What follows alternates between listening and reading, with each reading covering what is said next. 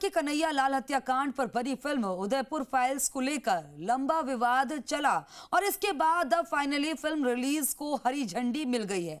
अब ये मूवी 8 अगस्त को यानी कि कल देश भर में रिलीज होगी। दिखाएंगे रिपोर्ट में। गुस्ताखे नबी की एक ही सजा, सरतन से जुदा। राजस्थान के उदयपुर में टेलर कन्हैया लाल साहू की हत्या।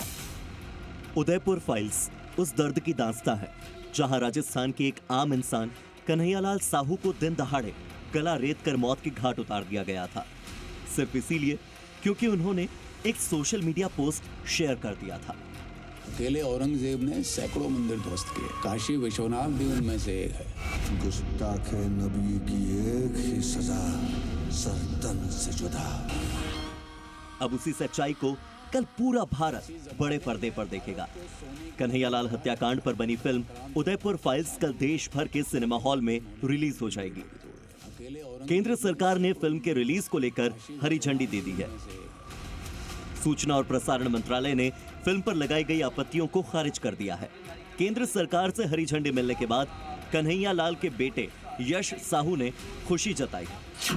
उन्होंने कहा कि ये फिल्म किसी धर्म के खिलाफ नहीं है, बल्कि एक आतंकी सोच को दुनिया के सामने लाने का एक प्रयास है।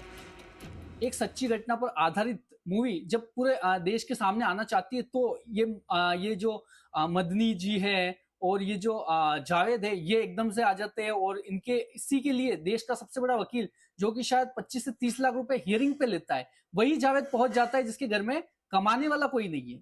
तो ये बहुत ही सोच विचार वाली बात है और यही जो संगठन है जमीयत उलमा हिंद, ये हर बार इस तरीके की जो घटनाएं होती है आतंकवादी जिसमें शामिल होते हैं उनको बचाने का काम करता है।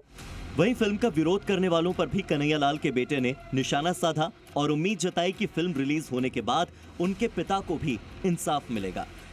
मुझे उम्मीद है कि देश का हर व्यक्ति इस मूवी को देखेगा और हमारी न्याय की लड़ाई में हमारे साथ खड़ा होगा और जिस तरीके से मेरे पिताजी को मार दिया गया वो आगे किसी के साथ भी ना हो, इस चीज की सीख भी लेगा।